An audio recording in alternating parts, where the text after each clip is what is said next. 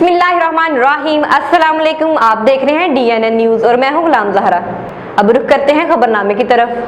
सियालकोट शादी का झांसा देकर नौजवान लड़की का जिनसी इस्तेहसाल करने वाला उबाश नौजवान खुलेआम घूमने लगा। लड़की को संगीन नताइज की धमकियां, पुलिस खामोश तमाशाई बन गई। तफसीलात के मुताबिक सियालकोट से शादी का झांसा देकर हानिया की जिंदगी तबाह करने वाले ज़ीशान गुल और इसके साथी अरसलान गुल को कैफरे किरदार तक पहुंचाया जाए। हानिया ने कहा है, अगर इंसाफ नहीं मिला तो मैं अपनी जान दे दूंगी, जिसके जिम्मेदार ज़ीशान और इसकी फैमिली होगी। खबर शामिल करेंगे सियालकोट से। जीत नाज़रीन, सियालकोट की रिहायशी हानिया मरियम ने DNN न्यूज़ से गुफ्तगू करते हुए बताया है कि एक तो शादी का झांसा देकर मेरी जिंदगी बर्बाद कर दी। चमड़ियाल के रिहायशी ज़ीशान गुल ने हवा की बेटी हानिया मरियम को शादी का झांसा देकर अरसा दराज से अपनी जिनसी हवस पूरी करता रहा। अब खानदानी दबाव की वजह से शादी से इनकार कर दिया। हानिया का कहना है कि मेरी FIR भी नामुकम्मल है, जिस पे दफात जो बनती हैं वो नहीं लगाई गई।